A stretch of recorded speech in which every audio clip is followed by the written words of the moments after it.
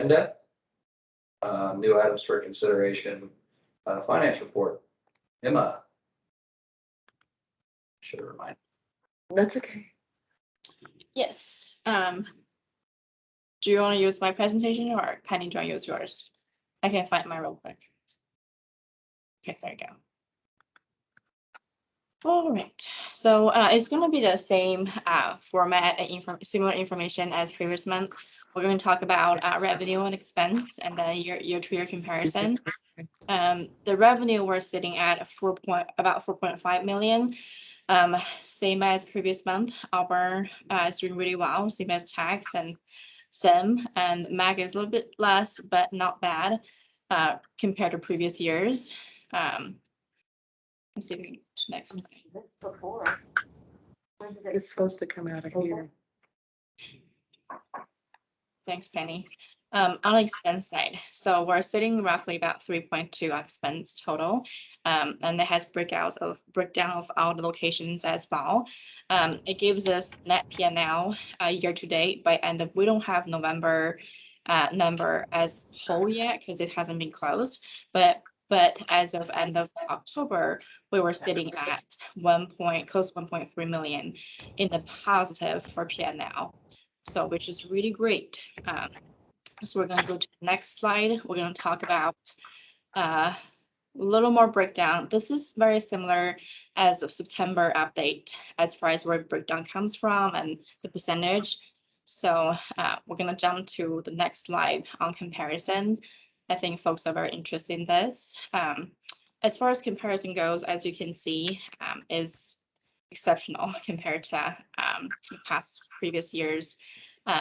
And that's where we're sitting at. That's again by the end of October for 19, 20, and 21.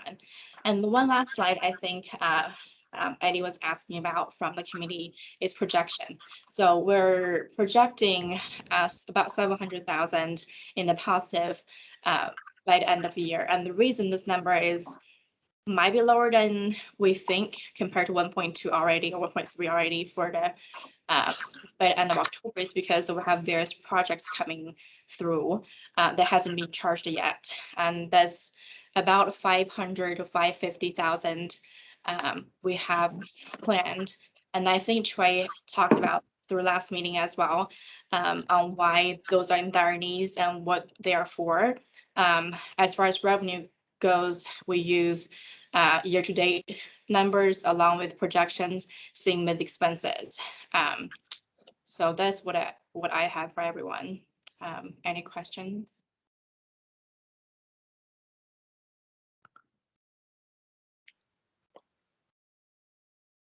No questions for Emma?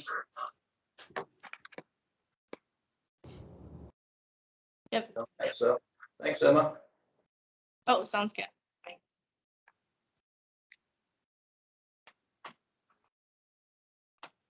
Okay. Round report.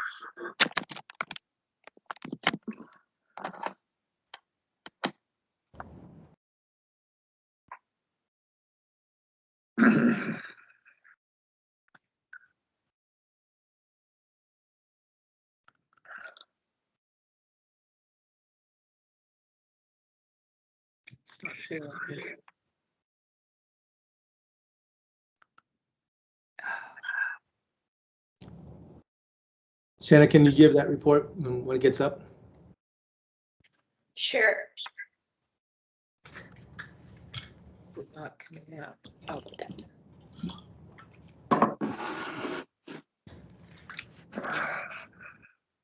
okay, so like you can see in 2021, we continue to exceed month over month.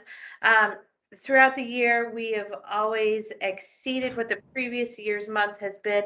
This is the first year that, or this is the first month that we've seen decline from the previous year's month, but it hasn't factored into our total rounds. We're still almost 30,000 rounds above 2022 this time of year. So our rounds look great. Emma just showed the revenue looks great.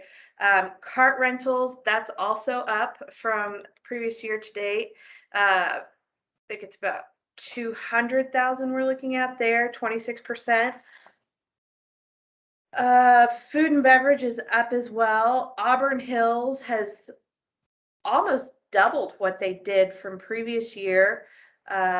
McDonald has hit 6 figures. Sim continues to improve, so we're just seeing growth across the board everywhere.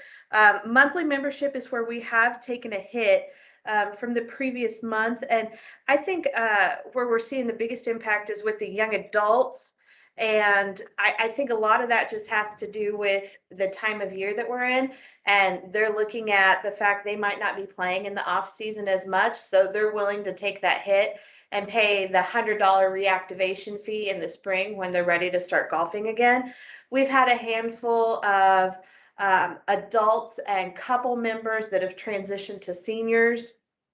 So that really explains where the decrease has been in the membership from October to November. Driving range, we're looking really good, almost 200,000 for the year, which we've never done at the driving ranges as a division. Not a lot of maintenance news to report. We were excited to celebrate Jack the Goose Dog's 4th birthday. Obviously, all the courses were closed on Thanksgiving. We haven't really been impacted by weather much at all. We've had very little rain. As you can see, carts on path were only one day at each of those courses. Why doesn't it have McDonald's and Sim in there? Is it in this one? Okay. But overall, everything is looking really good. Staff is doing a great job getting golfers on the course, and maintenance has been great. So I only have positive things to report. Any questions on the rounds report? At the beginning of this year, I was really hoping to get to 160, and we're going to surpass 160,000 rounds. And actually, I think we're going to go into 170,000 rounds, which is pretty exciting. I think that's a lot because of the passes. We've also had very good weather. In, I think, November, we had some pretty good weather to continue the rounds. And obviously, today, everybody should be golfing today. But fortunately, we've had some really, really good weather all year round, and that's always had a huge impact on rounds. So comparatively to the past 20 years, this is really going to be when we end up, I think we're going to be on the upper end of all the years that we've had rounds. So. And where we're at right now, this is our best year for rounds in 9 years. And I think 172 is the next benchmark to break from 2009. And December of 2020, we actually brought in almost 7,000 rounds. So I think your target of 170, we're easily going to surpass, as long as the weather cooperates. Yeah.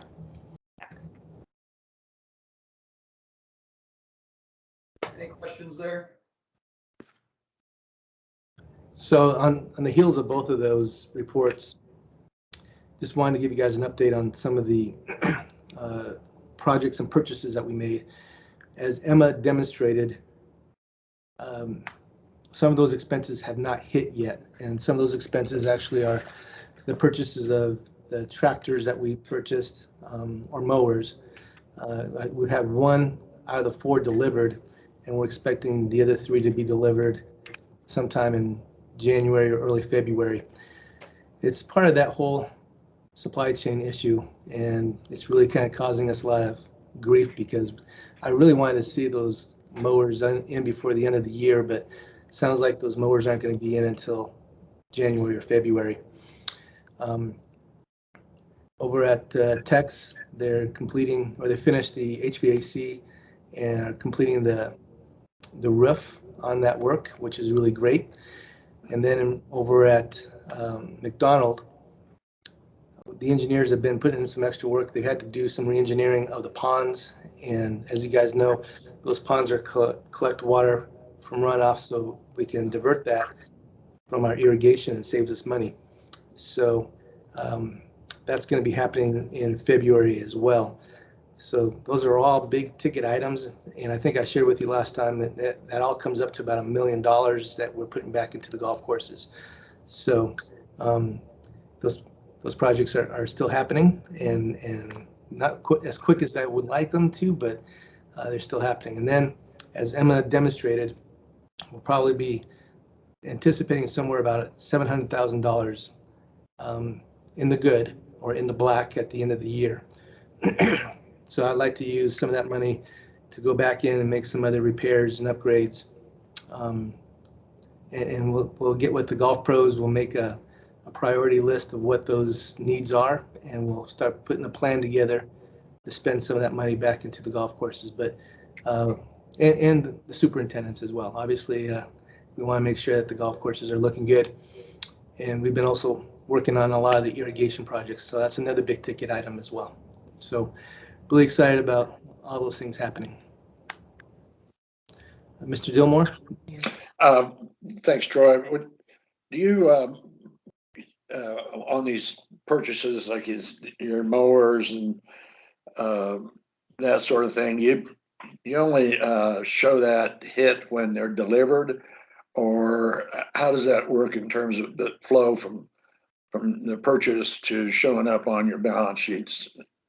So it's in regards to the purchase order, and once the purchase order is delivered and we get delivery, I think that's when that actually kind of hits our balance sheets. And I'm not 100% sure, but I think that's the way it works out. But we know that. But we know that the payment might have already been made, but the expense doesn't show up until you actually get delivery. I would double check on that, but I think we don't make payment until it's actually delivered. Okay. All right. Yeah, Troy, you're correct. You're correct on that. So I think the question maybe you're thinking is to have the set budget for it. So you will see a budget line saying, hey, we have to have budget to expense on this, but it won't become actuals until we pay it, until it delivers. So Troy was correct on that. Yep. Okay, thanks. That's Yep. really thought out. I think it's bad business to pay for something that we don't get yet. So. Yeah.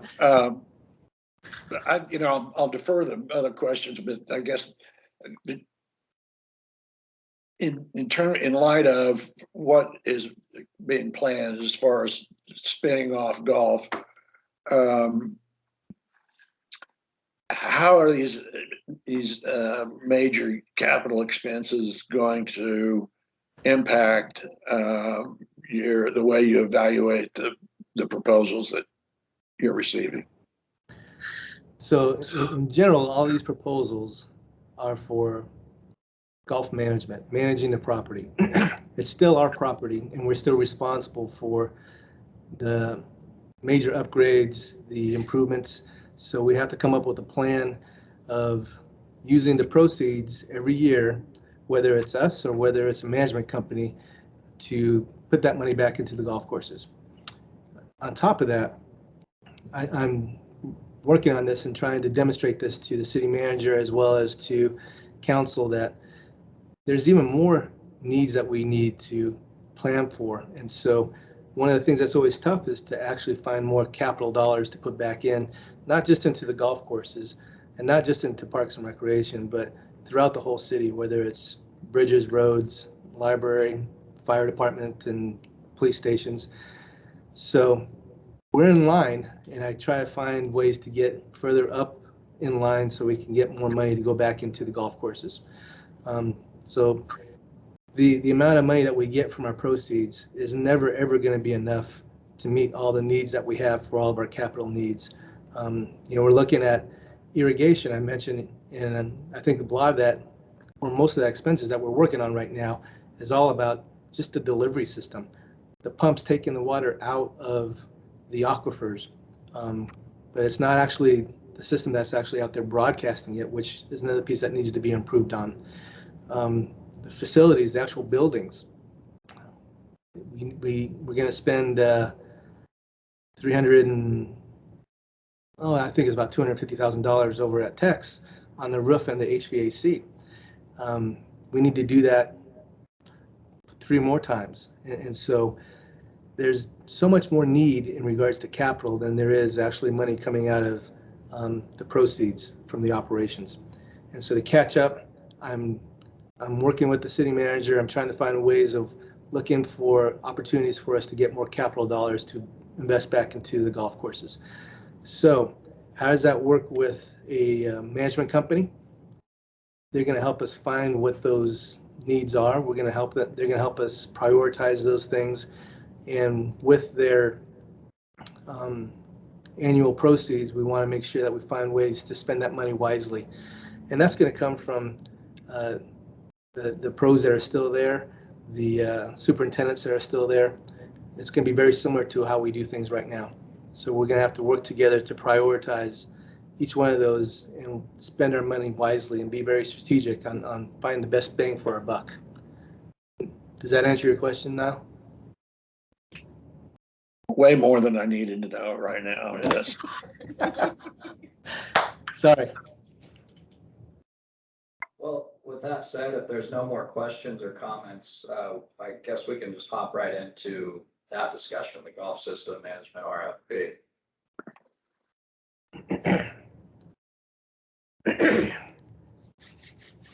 So we sent you a very big document that had a lot of interesting points from each one of the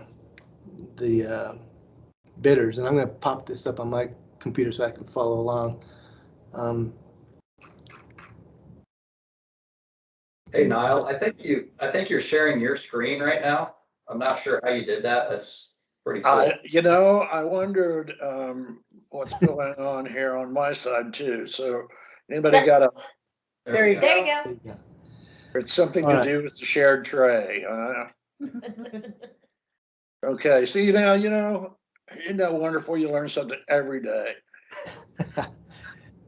So I'm going to share my screen, and it's going to be the document that we were looking at, that we sent to you guys. So I assume you guys can all see this. Yes. All right, so we had 4 bidders. I'm gonna zoom up and down a little bit, so just stay with me a little bit. So one of the bidders was Indigo. Another one was Kemper.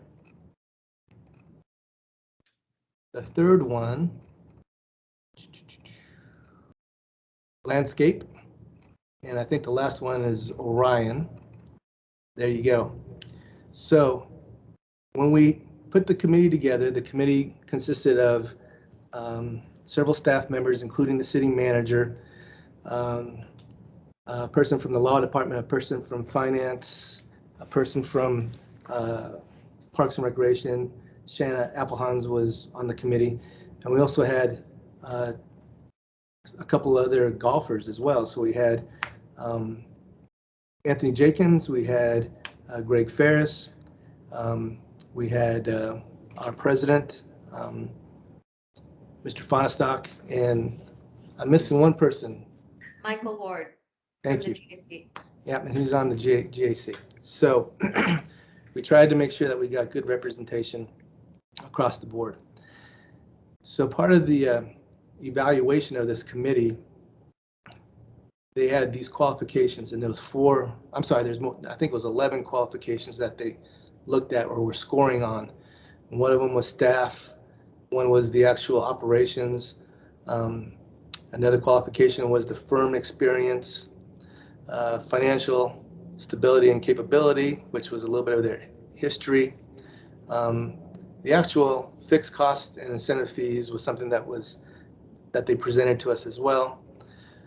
Quality of the transition, and this EBDV is the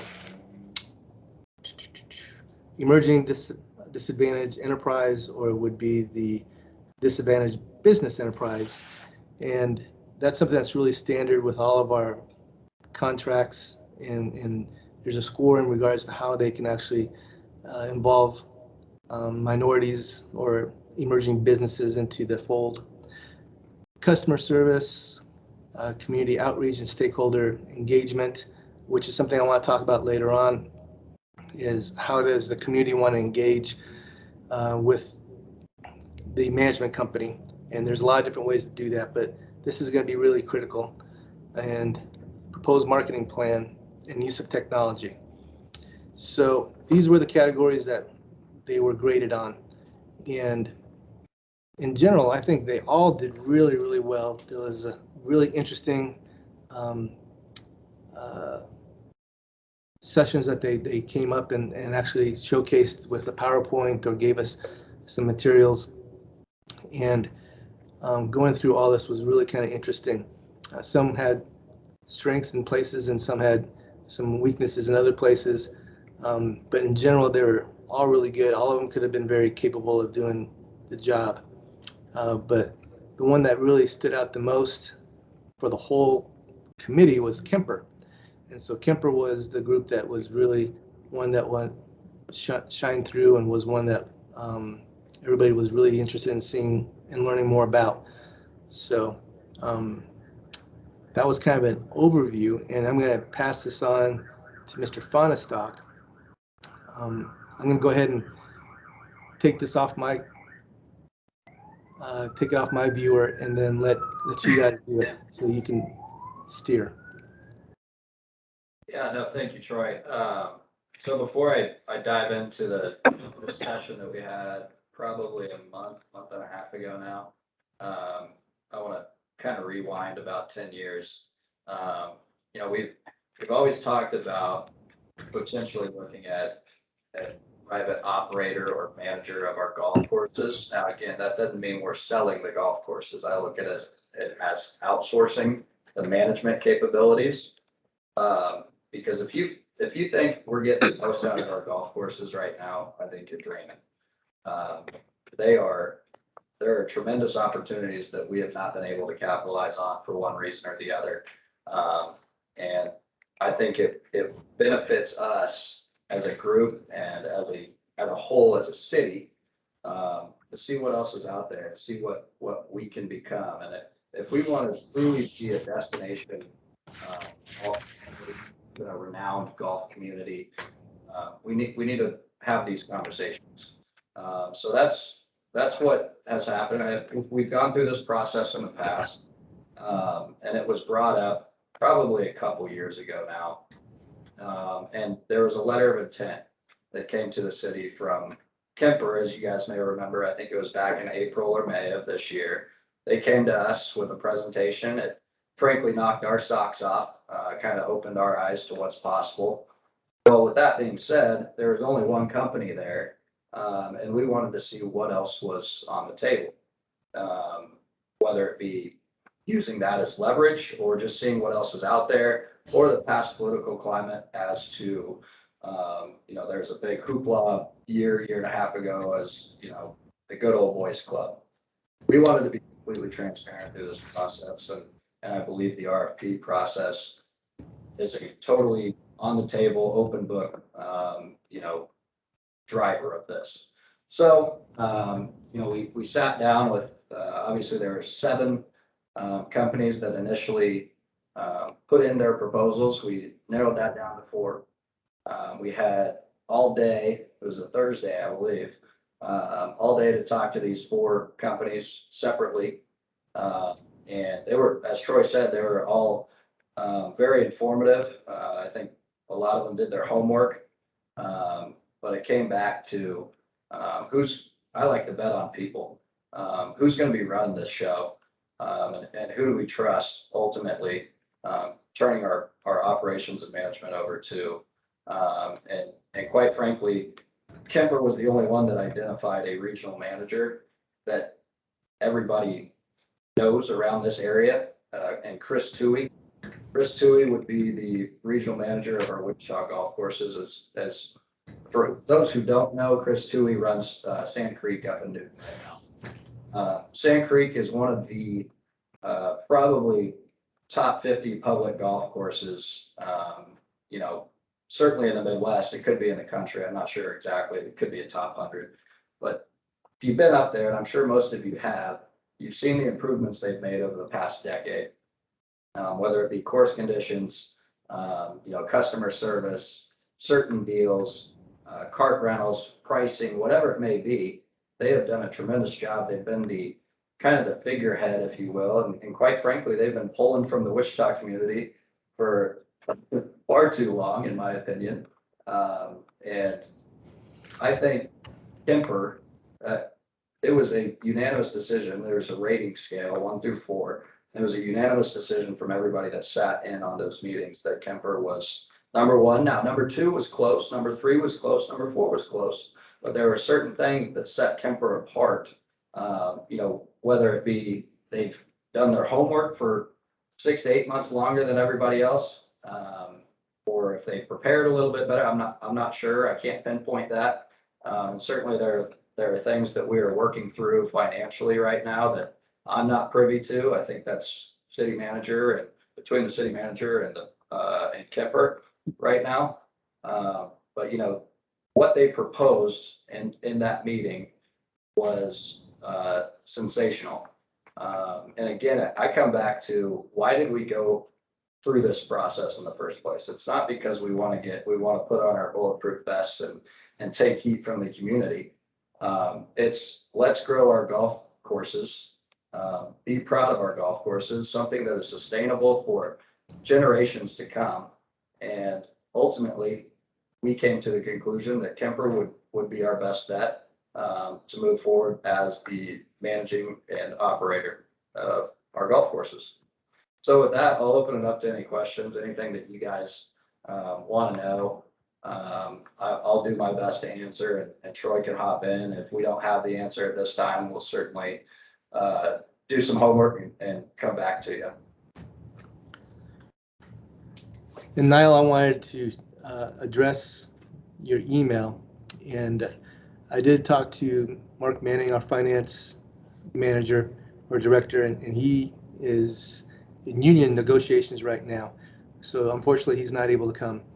But some of those financial questions we can definitely send to him and get back to you guys. Can you share with us what some of those questions were?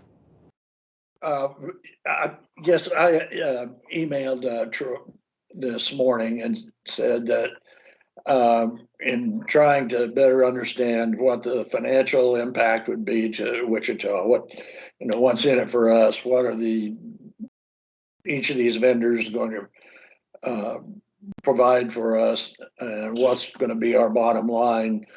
So that's really in regard to paragraph or item number 5 on each of those RFP responses.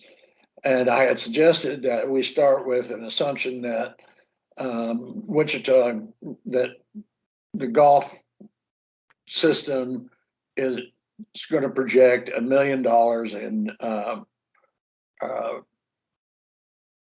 P&L.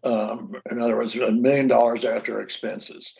And with that as a baseline, what would each of these proposals do for Wichita? What would we see as the income results?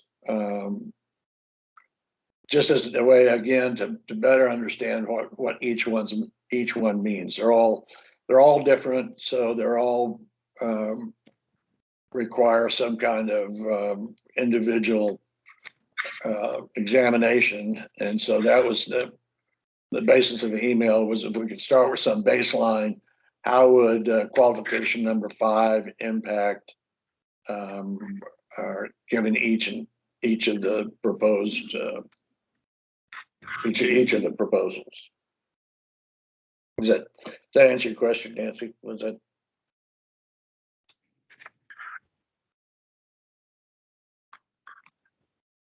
That would be interesting information to see if Mark can get that to us. So Niall, on just a really high level view here, obviously I think, the city manager and Kemper are still working through the exact numbers, but from my perspective, it's kind of like owning a rental property, if you will, and they are essentially a property manager. So we would be making passive income that 100% of the revenue or the proceeds wouldn't just funnel into the private operator. There would be a kickback to the city. Exactly, and given each of the proposals, what would that look like? What would we expect given a certain amount of rounds played? Sure. I think they broke it down here. They say 10% of gross sales in F&B, 10% of gross sales in pro shop merchandise. They've got $150,000 additional investment by Kemper. So it's here in the matrix. I couldn't tell you off the top of my head. It's been a month and a half now what everybody proposed, but they were competitive. And am I correct in my that the city manager wants to take this to the council by December? Get my calendar here to operate. December 21st. Yeah, but by the 21st. So we've got. If this committee needs further information before it makes a decision, we've got to do that pretty quick because it's going to go to the park board, next Monday? Is that right? 13th. It's park board's on the 13th. And then the cat wants to go to the council on the 21st. So whatever we need to know, if we've still got blanks in we're going to have to get that to us pretty quick, right? And part of that is through the negotiations with Kemper. So that's something that is already ongoing right now as to those type of negotiations to get those numbers and those expectations of what we want to see at the end of the years. So so is it safe to say that you're not negotiating with anybody else but Kemper at this point? That is correct. Troy, would there be an opportunity to have kind of a joint meeting, be it our year end for the park board with the GAC and park board together if we get everything nailed down by the 13th? Definitely. Yep, that would probably work really well because I could have somebody from finance go through the pro forma. And I know the city manager's office has already gone through that, and they're using some interesting calculations, and what they're looking at is at the end of each fiscal year, a number of somewhere of about $500,000 to $600,000 coming back to the city. So what was that again? Troy, how much?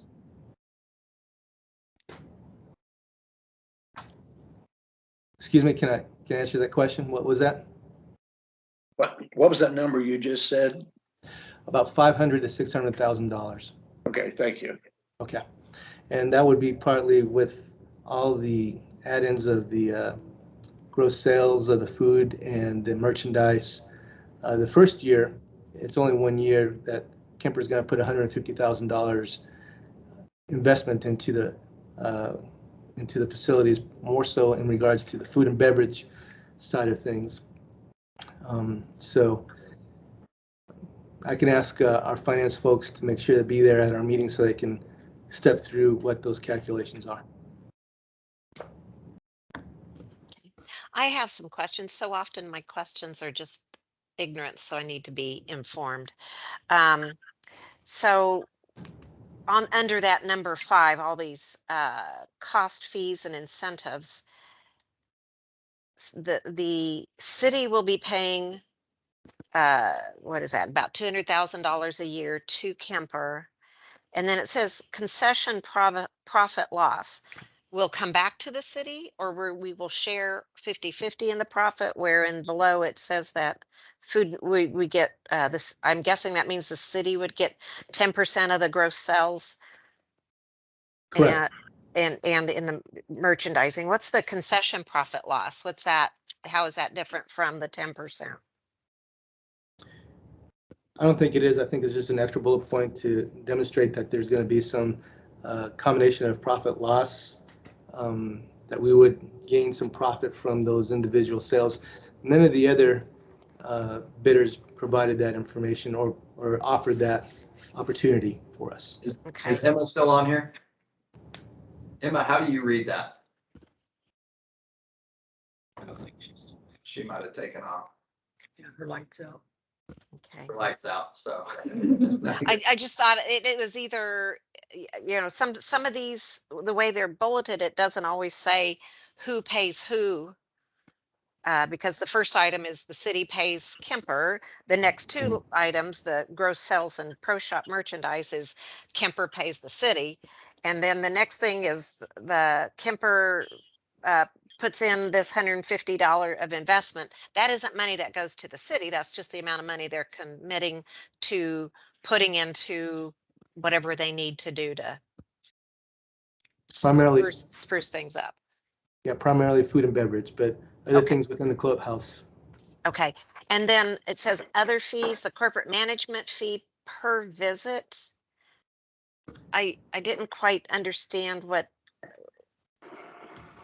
this is, what the city is going to pay per golfer to Kemper, or No, I think I didn't quite follow that one. what this is a fee that they want to charge if they have somebody from their corporate office come to Wichita. Okay, so that brings me back down to the bottom bullet where it talks about, so these are all things that the city would pay or reimburse Kemper for travel, all the travel expenses, installation expenses for the food and beverage upgrades, as well as the IT things, I assume.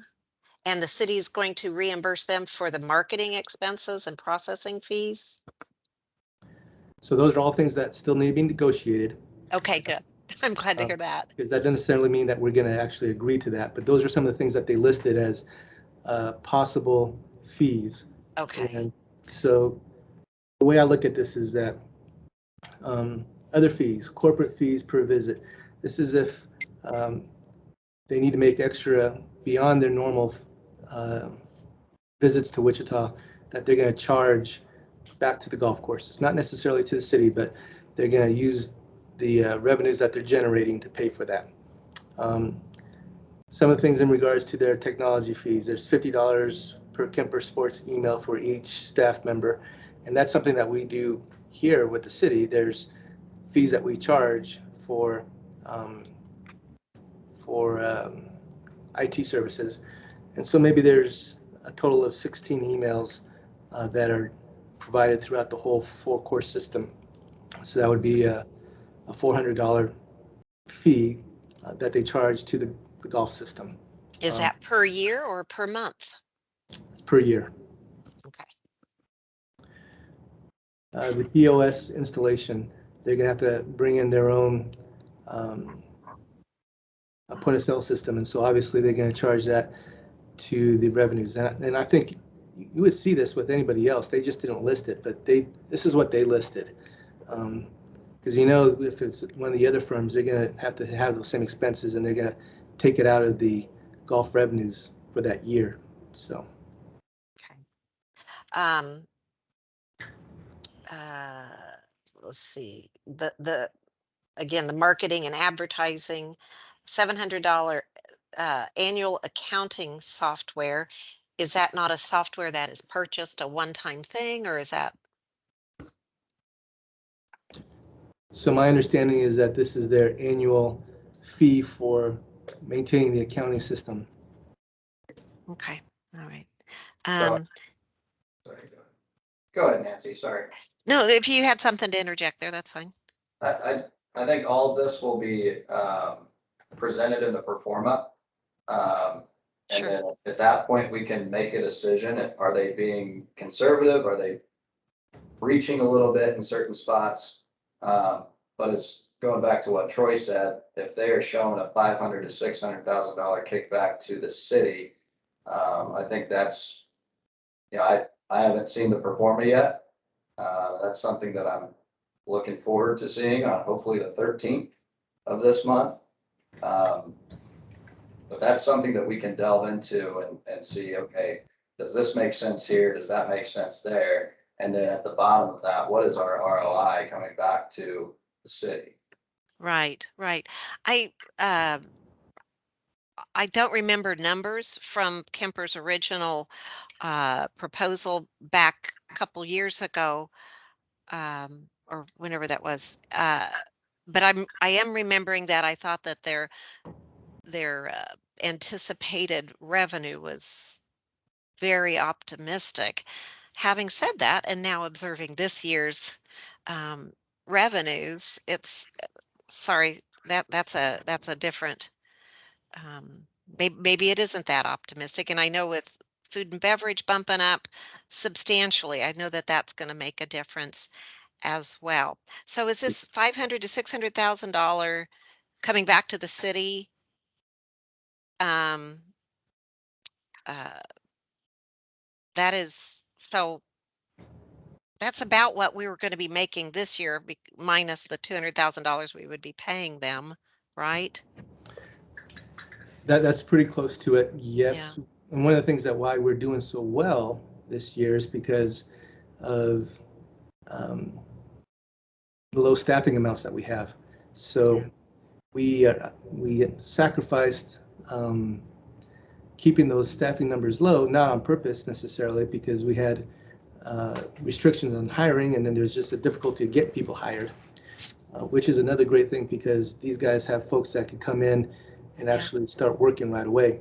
Mhm. But the great thing about this is that the staffing levels will be able to be increased to have better maintenance and better customer service. So one of the things that I was looking at strategically for us, if we are going to continue to operating the golf courses, we're going to spend more money on staffing. And that 1.3 million is going to dwindle pretty quickly because we're going to be filling a lot of positions, and some of them are expensive, and some of them aren't, but we need more hands. And so, there's a lot of different ways to look at this, but getting $500,000 to $600,000 back a year to reinvest into the golf courses is about what we were looking at in the future of what we want to do as well. So that would include adding more staff. Yeah. Um, One thing that is exciting about this over the previous one is about Chris Toohey. Um, like you said, he's well known in the area. Um, and would it behoove us to consider hiring him into the city as the golf division manager? I mean, he is sharp. He'd be a great, Yeah, I don't know, that's one of just the a things. thought. That's one of the things that come across my desk a couple times is um, he would have to go through the hiring process just like everybody else, Sure. and I'm sure he would do very well. Um, I don't know what his compensation is, and I don't know, what his relationship is with Kemper. So those are all This is things a dangerous game. Yeah, this is a dangerous game we're playing right now, Troy. Yeah. Yeah. Yeah. I just planted a seed, just a little thought. That's all that was. Now, That has come up. okay, I'm glad to The hear game of that. football, that one came up. I don't think Okay. it'd be in our best business practice. And I don't know what kind of contracts or NDAs that the city and the operators have agreed upon, but if we go out and poach their top guy here in the region, I don't think we'll ever look at Yeah, another. there's definitely some. There's I see definitely what some. you're saying. Yeah. There's definitely some ethical and issues that kind of get gray there. So Okay. All right. Let's see, a couple other things that I um had questions about is if they said anything about, or if in the interviews there were any questions about intentions for junior golf. Yeah, so sure. actually, I'll take Yeah, that yeah. one, yeah. That was actually my very first question is, would each of them honor the 40+ year relationship with Wichita Junior Golf Foundation, along with First Tee and some of the other organizations? And every single one of them said absolutely. They see our youth programs here are very successful, and they want to continue to help develop junior golf in the area, and they want to definitely partner with those organizations and keep the relationships as are. Okay, so they wouldn't be handing over the junior golf programming to First Tee or to the No. foundation. Okay, No, okay. All no. right, all right. And in fact, one of the items that's not listed on this is that they actually came back with, as we started negotiating with them, I do know this, that they wanted to put in $10,000 a year for the next 5 years into youth golf. And so that would be equally distributed amongst those organizations that provide those services, which was really nice to see. Okay, good, good. Thank you. Um, let's see. I guess those are my main things. You know, as often my questions are a lot of times for clarification and just so I sort it out. I doubt anybody else has any of these same questions, but those are ones that are on my mind. And in the up upgrade, the uh, capital improvements to the courses, those will all be the city's, correct? Because it is the city's property. And that's correct. We'll work with them and they'll help us identify the priorities. But it's ultimately our decision, and that money comes back to the city. And ultimately, it's going to be council that has to pass the resolution to spend that money. And so we go through that process as we have in the past. Well, I'm seeing, like you said earlier, that 500 to $600,000 per year would turn around and not have to be saved as seed money, but could go straight into course improvements. And the city isn't gonna, for lack of a better word, pilfer that for somewhere else that's lacking. Nope. That's going to be part of the agreement, and that'll be in the contract that that money goes back into the courses. Okay, well, I was talking about from our city. If it's going to be in the Okay, contract, okay, then that's all something right. that everybody has Okay. to abide to.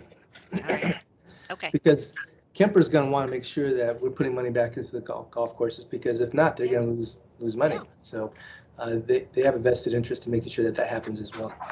okay, all right. That's it, that's all. Thank you. Thank you, Nancy. Those are all fantastic questions. I see Richard's got his hand up.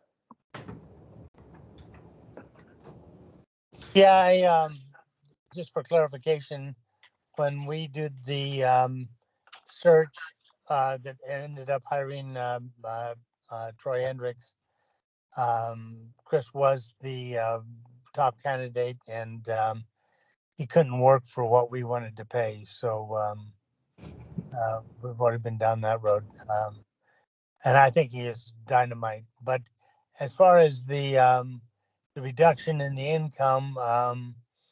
I do think that's, and I understand that our expenses would be going up because we do have people we need to fill, but we also have a room in the fee structure that we proposed a $25 increase in the senior fees 2 years ago, and I'm assuming that adjustment will eventually be made, and increases in the cards, and as we said, the increases in the tremendous potential in the concessions.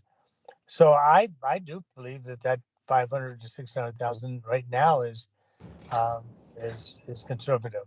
I think we can do better. Just when I say do better, meaning that should be a floor.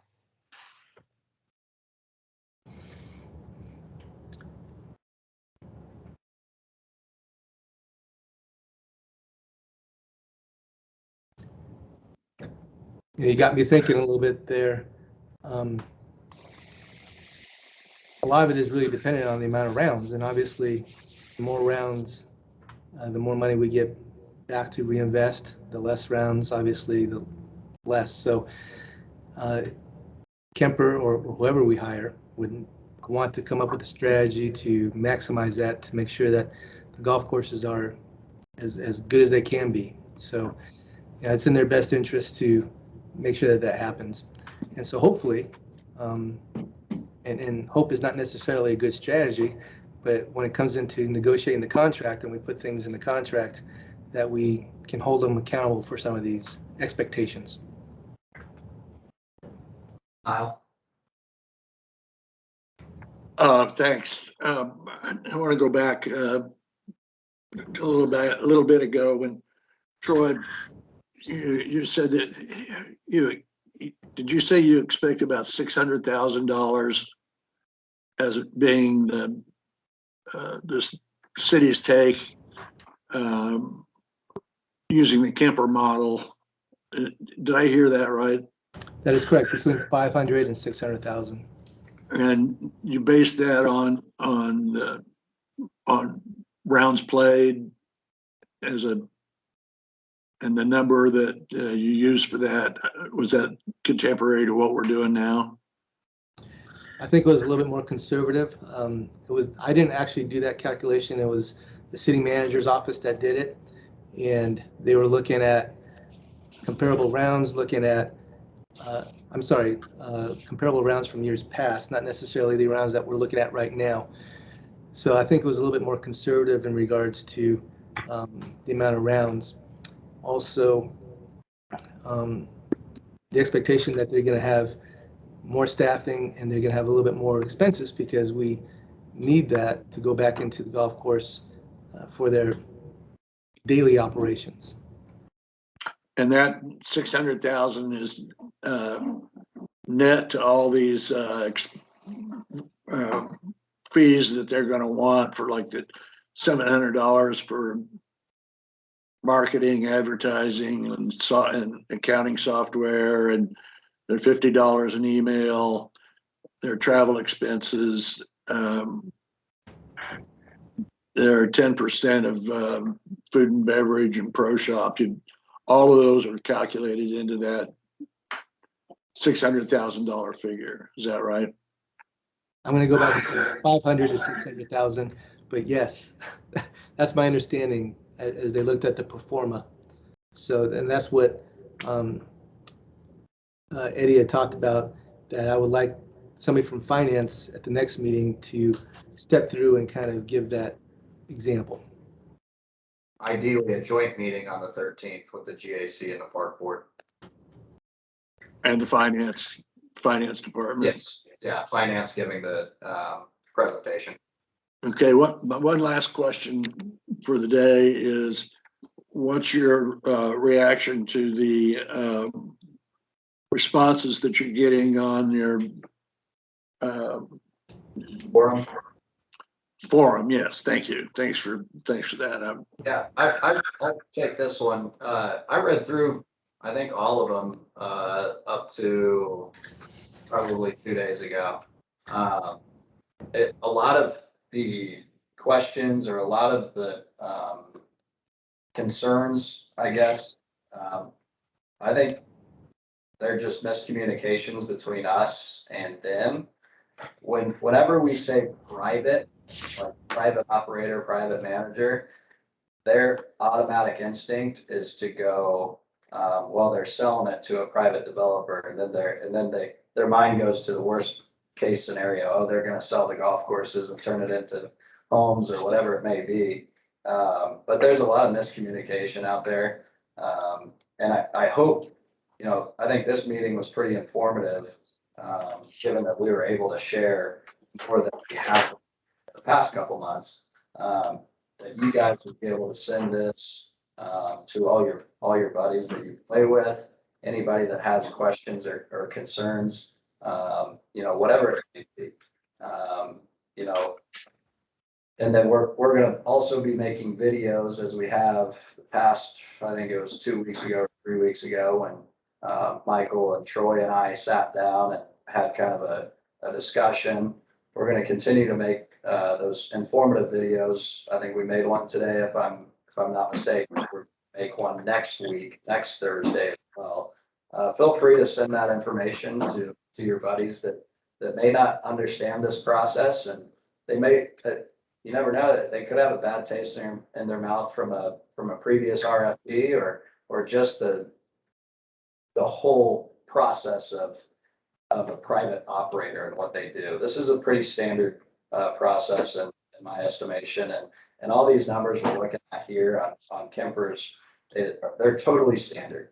So you know, they've done this before. They operate over 100 golf courses, and 45 of those golf courses are owned by public sectors. So I was very comfortable by their experience. Obviously very comfortable with them, with Chris Toohey. He's a Wichita guy, obviously runs Newton, or Sand Creek. And I just keep coming back to what is going to bring everybody back to our golf courses. And that's experience. And what underlies that? Probably course conditions and customer service. I don't go up to Sand Creek. I love going up to Sand Creek, but I certainly don't do it for the 30-minute each way drive. Every time I walk in there, I'm greeted with a smile. Not that I'm not greeted with a smile here. You know, their course is in tremendous condition. Gosh, it's probably been 10 years since I've been in college. But when we were playing up there in college, the course was in fairly rough shape. They were going through some sort of agronomy deal, and it was going to be a 3 to 5 year process. And of course, they're built on sand out there, a la Sand Creek, so they have a little bit more challenges than we do here.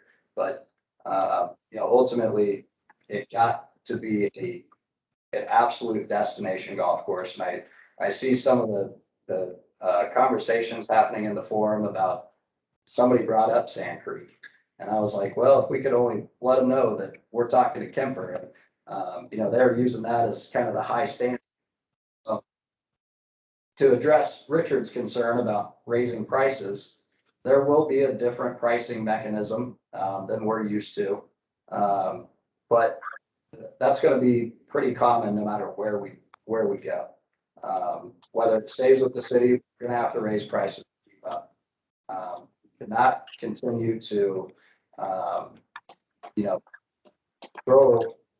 I wouldn't say throw away, but put aside or set aside our course conditions for somebody's feelings. You know, if we raise them by, I think we raised them by $2 this year. You know, the contract moving forward, that's probably going to be pretty similar. I don't know everything about their pricing mechanisms. I think it's probably going to be some sort of floating. So a Saturday morning tee time will be a little bit more expensive than a Tuesday morning. But you're going to see that anywhere you go. Did you get the same kind of reaction during the Q&A this morning? I was not a part of it. I was just informed that we went through another similar Q&A just prior to this meeting. Troy, you might be able to speak to that a little bit. Muted. Sorry. So as we were given some of the information, I wanted to look a little bit at some of the comments coming through. I didn't get to see a whole lot of them, but I think it did clear up a lot of questions. You know, some things were like, well,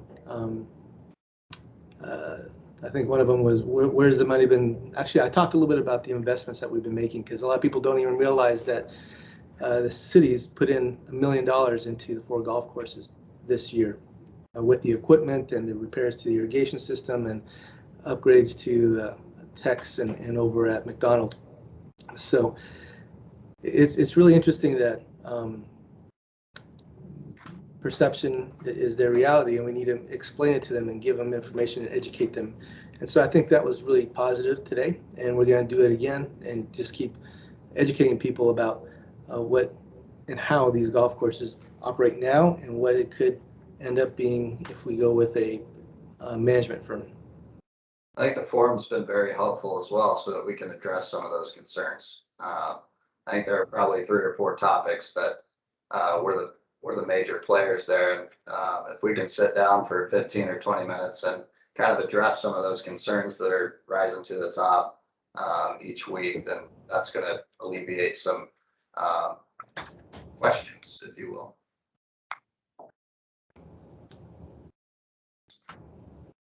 there anything else, guys? Well, I certainly like to see this nailed down one way or the other for the next Monday, whatever the 13th is, A week from Monday. a week from Monday. And hopefully get you guys into a park board meeting so that we can have a joint meeting.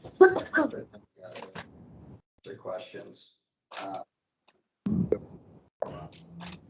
This is Cameron. I just had more of a statement. I agree with you on the player experience, and that's the focus here. And that, based off what I read, I do believe that Kimber probably brings the best in that. And I think some things that could be mentioned when speaking with the community are that when any third party management comes into play, that they tend to hire the most qualified people that we normally couldn't get because of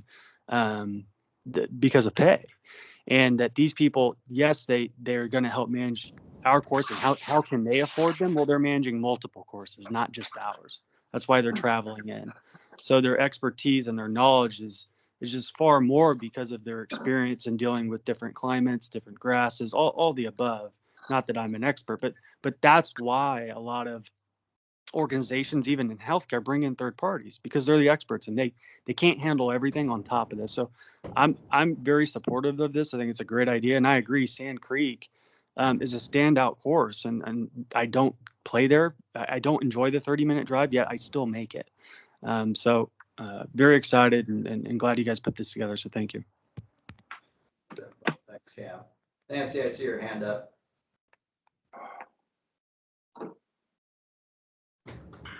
Muted. Sorry, thank you.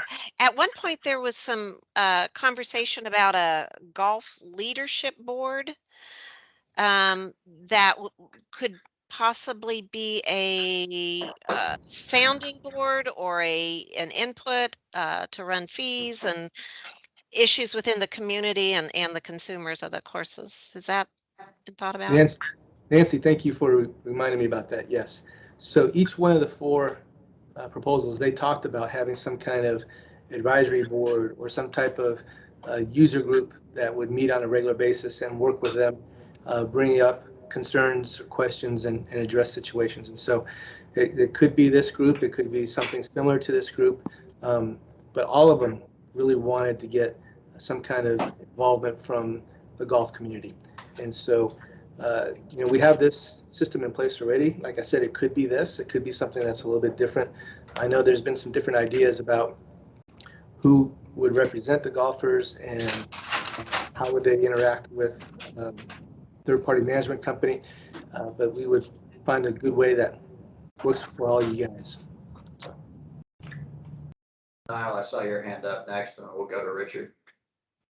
Well, am I muted? No. A couple of times I've heard it mentioned that, okay, Kemper manages Sand Creek, so therefore we're gonna be like Sand Creek if we hire Kemper. Sand Creek is Sand Creek. We're never gonna have Sand Creek in Wichita. The closest we have to Sand Creek in Wichita would be Auburn Hills in terms of the quality of the course, the difficulty, the layout, the attractiveness of it. I mean, we're never going to have Sand Creek. Sand Creek's still going to be there, and golfers are still going to go there, and there's really not going to be any comparison to Sand Creek to Wichita simply because we're using the same course manager.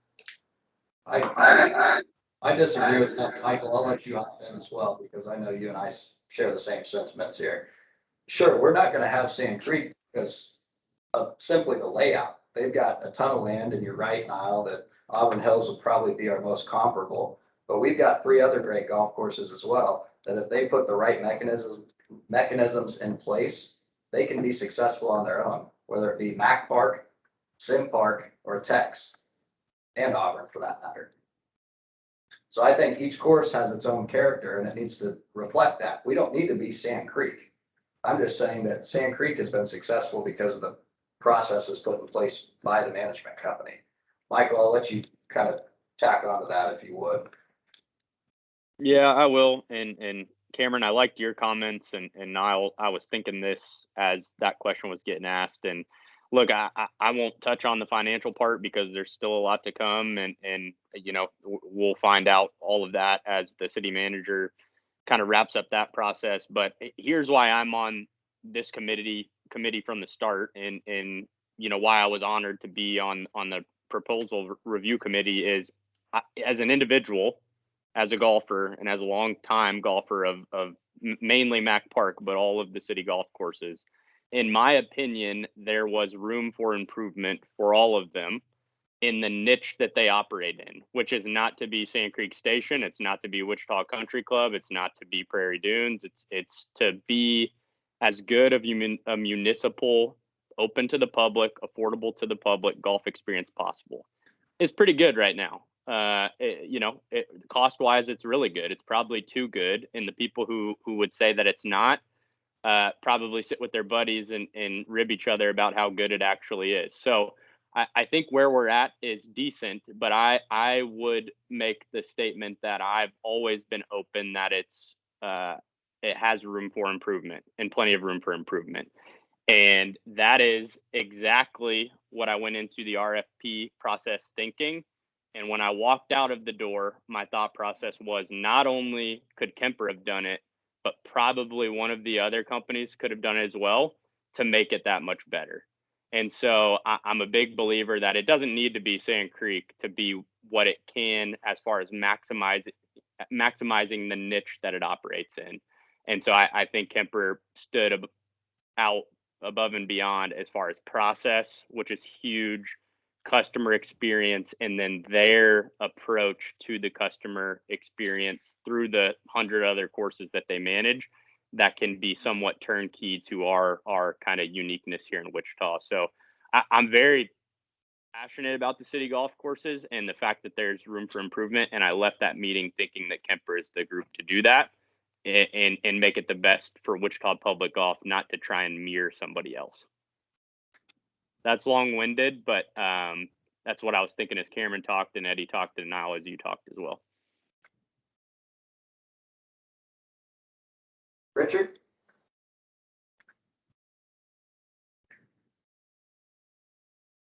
I think you're on mute, Richard. Sorry about that. Yeah, just to throw something out from something Michael brought up. One of the things that we have with our members, especially our senior members, is a lot of them are on fixed incomes. This gives them something to do that's inexpensive. I don't think that they're all laughing to the bank. And we are making substantial amounts of money. I heard earlier, a statement that it needs to be more expensive on Saturday morning and Sunday morning, and reserve the weekdays or the hot times of the day for the seniors. I was a little disappointed in that, and I think that we need to look at where we are. Sand Creek's numbers, what they charge for their yearly fees, are considerably more. And if we're going to that model, I just want to make sure that we understand that we're that's not the model we have, and but it's and looking, and that's my comment earlier about offsetting the increased salaries for the people that we need to hire. I think that in one of the meetings I got with Mark and Mark Manning, and we talked about the real number of dollars we could have brought in had we just made the adjustments we did. I hope we don't go to the point where we say only rich people or people with more money can play on Saturday morning. I think that would be disappointing. So again, I think in our mission statement, our goal is to be affordable and accessible to everybody. And certainly I didn't want that to come off that way, Richard. I don't think I said it like that, but if you perceived it like that, then let me clarify. I want to be transparent as I can. That is a mechanism that a pricing mechanism that they brought up in our session, month and a half ago. So I just want everybody to be not blindsided by, some of their standard tactics. Anybody else? Well, with that, we're 15 minutes over, which is fine. But I would ask, I would make a motion, that this group be in support of moving forward with the Kemper proposal. And then we can take a look at the pro forma, as it becomes available, hopefully before December 13th or on December 13th in a joint meeting with the park board. At that point, we would be able to make a firm recommendation to the council. But for this meeting, I would make a motion that we are in favor of moving forward with the Kemper proposal. I'll second. We've got a motion, second discussion. Yeah, I'm sorry, until I could see the actual pro forma, I can't vote yes or no. I think if you're wanting to get this through, Eddie, I'm sure you can manage to do that, but I'm afraid without a pro forma, without further clarification and understanding exactly how these projections were made and work through that, at my understanding, I cannot make a formal recommendation on any of these. So all this would do, Niall, this would not be a formal recommendation by any means. This is just moving forward in the process, and that's the next step. Eddie, why do we need a vote to do that? All we need to do is adjourn and meet again. I think there should be some sort of formal motion and vote to move forward to the park board that we are in favor of continuing this process. If you're not comfortable. So exactly what is your motion, Eddie? My motion is to move forward with Kemper throughout the process. Well, that's already been decided, hasn't it? That's what We said that I asked earlier, is it clear that the process going forward is with Kemper only, and the decision as far as Kemper or the other three RFPs in that matrix are not in play? The only one that's in play is Kemper. That was the recommendation of the review committee, and this motion to be in favor of moving forward with the Kemper proposal to the next step. And the next step is sitting down with the park board and going through their performance. At that point, we can nail down details. If you want to abstain, you can abstain if you're not comfortable with voting. That's exactly what I'll be doing. Thank you. Any other discussion? So to be clear, the motion is this group is favorable of moving forward throughout the process that we've been working on throughout the last 2.5 years. Any other discussion? Eddie, I'm in favor in addition to Nancy. Okay.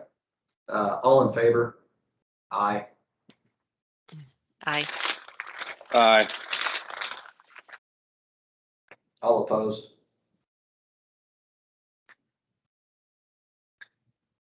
Motion passes. Okay, do we have the pros on? I can't see the list of who's on or not. Yes, Steve and Scott are on. Well, they were. Yeah, we got Colin's on. Collins. Steve, Colin. Yeah, I'm on. Thanks for hanging around, guys. I'll turn it over to you for your update. Whoever wants to go first.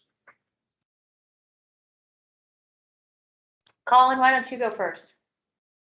For our updated sim, well, we're basically just booking tournaments for next year and leagues for next year. And we pretty much wrapped up on most of our all of our like men's club and ladies club stuff. But we're still really busy. We've had unbelievable weather, and things are going really well. So that's my report. Awesome. Steve? Like Colin, we're working on tying up leagues and tournaments for 2022.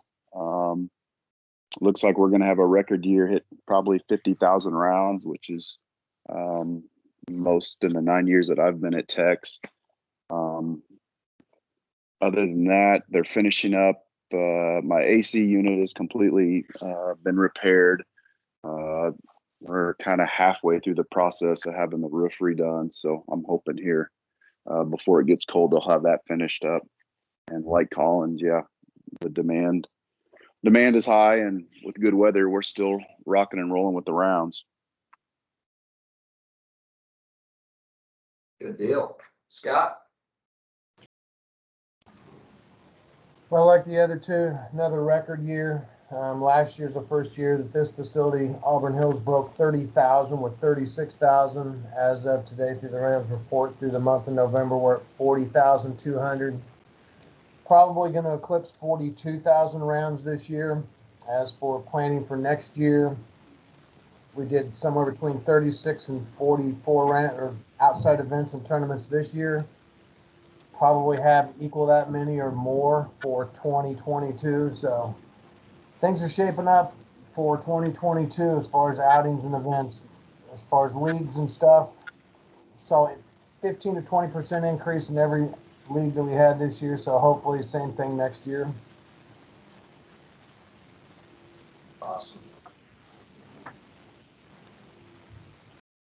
President's update. We'll keep you guys informed on the joint meeting coming up.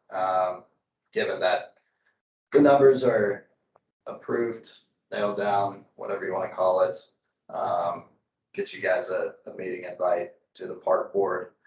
That way we can all sit down and hash out the pro forma to make a formal recommendation to move forward to council or to go back to the drawing board. That's all I've got. Troy, do you have anything? No, I don't have anything other than to, I shared this with all the staff. We had a staff meeting earlier this week, but this year has been a very difficult year, coming off of a previously difficult year.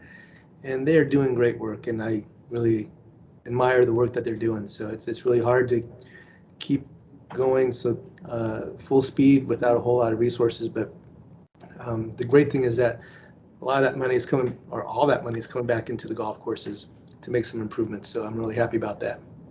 So thanks to the guys. Yeah, thanks to staff and pros and busting your butt all year. Sincerely appreciate it. Troy, take care of that Achilles. No walking or running. But with that, guys, if nobody has anything else, we can adjourn. Thank you. Bye. Thanks. Thanks, everybody.